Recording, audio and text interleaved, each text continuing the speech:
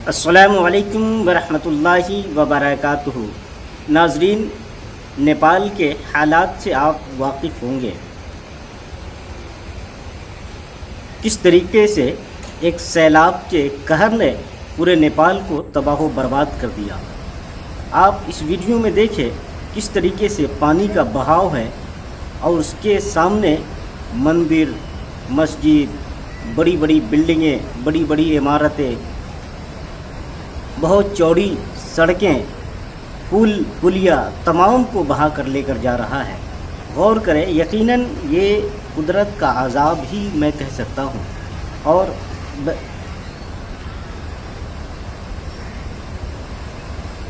اچانک اس طریقے سے طوفان آنا، سیلاب کا امنڈ آنا، یقیناً یہ قابل غور اور نشان عبرت ہے۔ اس تباہی کو دنیا کی کوئی طاقت روک نہیں سکتی اور نہ روک سکی ہے۔ اللہ اکبر! دیکھیں، یہاں بڑی بڑی بلڈنگیں نظر آ رہی تھی، بڑے بڑے مکانات تھے، لیکن آج وہ کھنڈرات میں تبدیل ہو گئے ہیں۔ ساری بلڈنگوں کو، سارے مکانات کو یہ سیلاب کا پانی اس طریقے سے بہا کر لے جا رہا ہے، جس طریقے سے لگ رہا ہے کہ درخت کی کٹی ہوئی لکڑیاں، ڈالیاں اور شاخیں ہیں، اور انسان کی لاشیں اس طریقے سے بہہ رہی ہے، جس طریقے سے سمندر میں مچھلیاں بھی نظر نہیں آتی ہیں۔ اور لاشوں کا حال یہ ہے کہ کسی کا سر ہے تو پیر نہیں، کسی کا پیر ہے تو ہاتھ نہیں، کسی کا ہاتھ ہے تو سر نہیں۔ اس طریقے سے لاشوں کے انبار لگے ہوئے ہیں۔ لمسم 1000 سے زیادہ لاشیں ایسی نظر آئی ہے جو ادھورے جسم کے ساتھ، ہاتھ ہے تو پیر نہیں، پیر ہے تو ہاتھ نہیں، اس طریقے سے بے ننگ حالت میں کہ اس کی شناخت بھی نہیں ہو پا رہی ہے۔ اور اس کے علاوہ 1500 سے زیادہ لوگ لاپتہ ہیں۔ اللہ اکبر! غور کریں کہ آخر یہ عذاب، یہ پریشانی کس سبب آئی ہے۔ یقیناً مجھے نہیں لگتا ہے کہ ہماری نگاہوں نے اس طریقے کے حالات کبھی دیکھے ہوں گے۔ اچانک سیلاب کا پانی آ جانا، کسی کو کوئی خبر نہیں ہے، کوئی بازار میں مصروف ہے، کوئی اپنے بچوں کو اسکول لے کر جا رہا ہے، کوئی اپنے کام کاج میں مشغول ہے۔ اچانک اس طریقے سے تباہی اور سیلاب کا قہر جو لاکھوں انسانوں کی زندگی کو اجاڑ دیا، لاکھوں کروڑوں بلڈنگوں کو تباہ و برباد کر دیا۔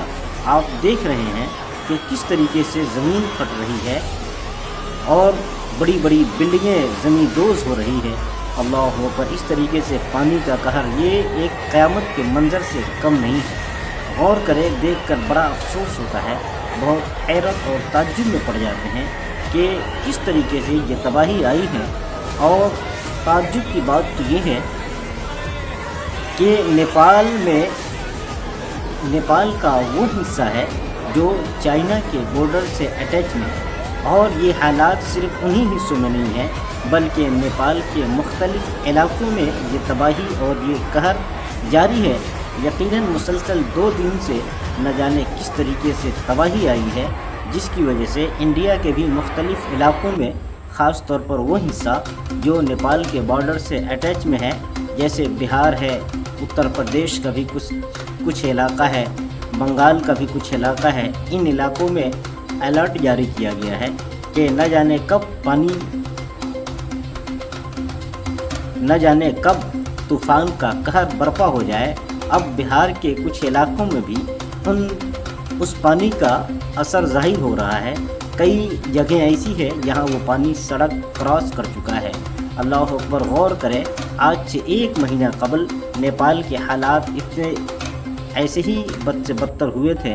حال یہ تھا کہ مائنورٹی یعنی مسلمانوں کی مسجدوں میں آگ لگائی گئی، مسلمانوں کے مکانات کو، گھر کو چن چن کر آگ لگا دیا گیا تھا، مسلمانوں کو مارا گیا اور بے رحمی کے ساتھ ان پر ظلم و زیادتی کی گئی۔ اللہ اکبر! ٹھیک 1 مہینے کے بعد اس طریقے سے پانی اور سیلاب کا قہر آیا جو نیپال کے نہ جانے ہزاروں لاکھوں لوگوں کو تباہ و برباد کر دیا۔ خیر، غور کرنے کی بات ہے اور افسوس ہوتا ہے، لیکن میں تو دعا ہی کر سکتا ہوں کہ اللہ رحم کرے، اس طریقے کی پریشانی اور اس طریقے کا عذاب کسی بھی ملک میں، کسی بھی علاقے پر نہ آئے۔